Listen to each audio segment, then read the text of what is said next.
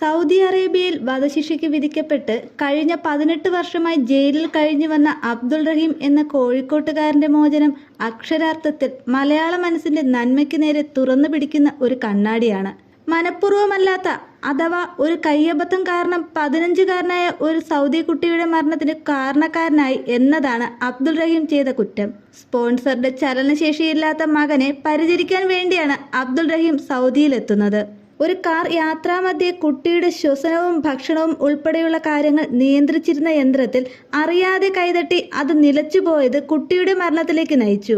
അതോടെ റഹീം നിയമത്തിനു മുന്നിൽ കുറ്റവാളിയായി മാറി ജയിലിൽ അടയ്ക്കപ്പെടുകയും ചെയ്തു. സൗദിയിൽ ചെന്നിറങ്ങി ആദ്യ ആഴ്ചയിൽ തന്നെ സംഭവിച്ചുപോയ ഈ മനഃപൂർവ്വമല്ലാത്ത വീഴ്ചയ്ക്ക് സ്വന്തം ജീവൻ തന്നെ വിലയായി നൽകേണ്ടി വരുമായിരുന്നു അബ്ദുൾ റഹീമിന്.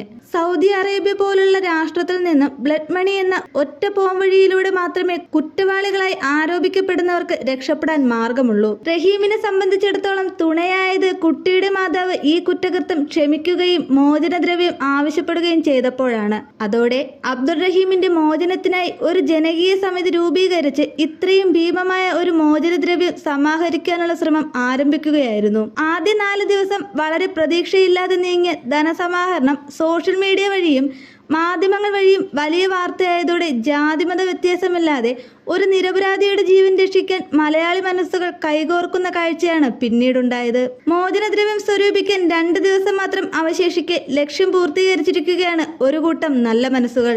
അതിന്റെ ഫലം എന്ന് പറയാവുന്നത് റഹീമിന്റെ വരവിനായി കാത്തിരിക്കുന്ന 74കാരിയായ ഒരമ്മയുടെ കണ്ണീരൊപ്പാൻ നമ്മുടെ സമൂഹത്തിന് സാധിച്ചിരിക്കുന്നു എന്നാണ്. ഇതിനേക്കാൾ ഉപരി ഇത്തരമൊരു സത്പ്രവൃത്തിയിലൂടെ നാം നമ്മുടെ സ്നേഹ സംസ്കാരത്തിന്റെ ഔന്നത്യം ഒരിക്കൽ കൂടി ഉയർത്തിപ്പിടിക്കുന്നു എന്നതാണ്. മനുഷ്യത്വത്തിനും സഹജീവി സ്നേഹത്തിനും മാതൃകയായ നമ്മുടെ സംസ്ഥാനം നന്മയുടെ ദീപങ്ങൾ ഇന്നും ഉള്ളിൽ സൂക്ഷിക്കുന്നത് കൊണ്ട് മാത്രമാണ് ഇത്തരമൊരു വലിയ സംരംഭത്തിന് വിജയം കുറിക്കാൻ നമുക്ക് കഴിഞ്ഞത്. രാഷ്ട്രീയ വ്യത്യാസങ്ങളില്ലാതെ ഈ സംരംഭത്തോടൊപ്പം ജനപ്രതിനിധികളും ഒത്തുകൂടിയത് കൊണ്ടാണ് ഇത്തരത്തിലൊരു വിജയം നേടാൻ നമുക്കായത്. ഈ മാതൃകാ പ്രവർത്തനം സൂചിപ്പിക്കുന്നത് മനുഷ്യ നന്മയ്ക്ക് അതിരുകളില്ലാത്ത അത്ഭുതങ്ങൾ സൃഷ്ടിക്കാൻ കഴിയും എന്ന് തന്നെയാണ്. സാധാരണഗതിയിൽ ഇത്രയും ഭീമമായ തുക സംഘടിപ്പിക്കുക എന്നത് വളരെ പ്രയാസമുള്ളൊരു ദൗത്യമായി കണ്ട് പലരും മനസ്സുമടിച്ച് പിൻവാങ്ങുന്നതാണ് പതിവ്. എന്നാൽ തുകയുടെ വലിപ്പം കണ്ട് അമ്പരന്ന് നിൽക്കാതെ ഒരു മനുഷ്യജീവന്റെ വിലയാണ് ഏറ്റവും മൂല്യമേറിയത് എന്ന് തിരിച്ചറിഞ്ഞ് മുന്നോട്ട് പോവുകയായിരുന്നു കോഴിക്കോട്ടെ ഒരു പറ്റം മനുഷ്യസ്നേഹികൾ.